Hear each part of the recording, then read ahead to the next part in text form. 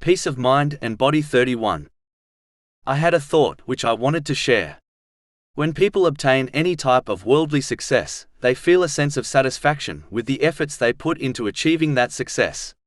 For example, a university student will often feel satisfied with the many hours of revision they endured when they obtain their degree.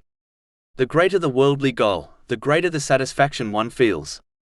Similarly, those who obtain paradise in the hereafter will be satisfied with the efforts they put into obtaining it during their lives on earth. In fact, this feeling of satisfaction is the first thing mentioned when the people of paradise are described in chapter 88 Al-Ghashiyah, verses 8 to 9. Other faces that day will show pleasure.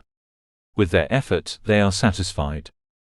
Therefore, each Muslim must reflect on how much satisfaction they desire to feel on Judgment Day and work accordingly. If one desires to feel this satisfaction, just like they look forward to feeling worldly satisfaction, they should strive to achieve it through the sincere obedience of Allah, the Exalted, which involves using the blessings one has been granted in ways pleasing to Him, as outlined in the Holy Quran and the traditions of the Holy Prophet Muhammad, peace and blessings be upon him.